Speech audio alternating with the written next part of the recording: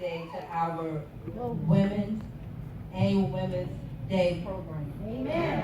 Yes. And we are women of royalty.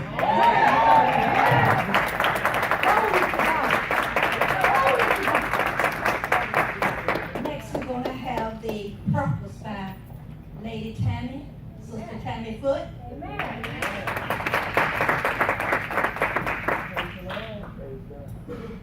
Praise the Lord, everyone. Boy, you ladies are looking wonderful today. I love seeing the sea of white.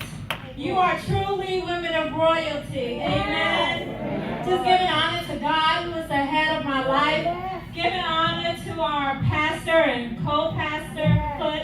Giving honor to God, to Minister Tigerfoot, to just all the leaders of the house, the congregation, visiting pastors, just everyone. We're here to have a holy good time today, Holy Ghost good time, amen. So I'll be reading the purpose of Women's Day. Since its inception in 1906, Women's Day has become one of the most important and lucrative days in the church life. Though most prevalent in African American churches, Women's Day has gained popularity in other ethnic and cultural religious communities. Women's Day remains a major fundraising day in many congregations, though its primary focus upon foreign missions has diminished a little or expanded to include other concerns. As suggested in the 2009 lectionary cultural resource, Women's Day offerings have ensured the financial stability of many churches, supported missions to Africa and other countries, as well as provided financial support for pastors and delegates to denominational meetings and conventions. Women's Day offerings have similarly supported denominational colleges through scholarships and direct contributions.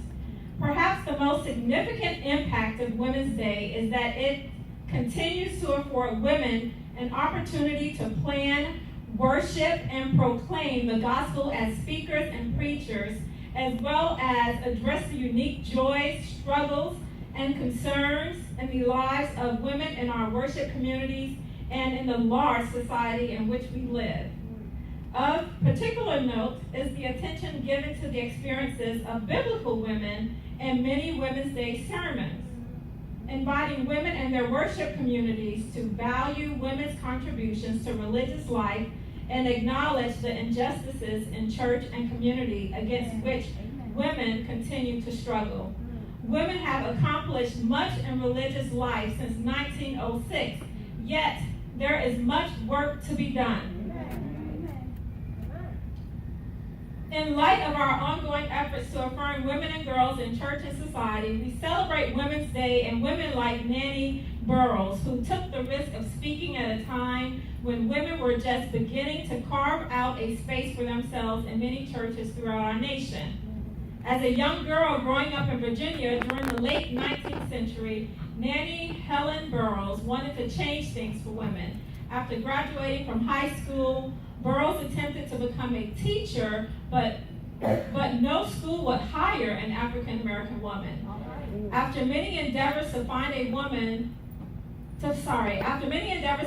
job other than domestic service, Burroughs took a position as corresponding secretary of the Women's Convention Auxiliary to the National Baptist Convention from 1900 to 1909. She became a tireless advocate for women and devoted her life to issues surrounding women's education and personal development.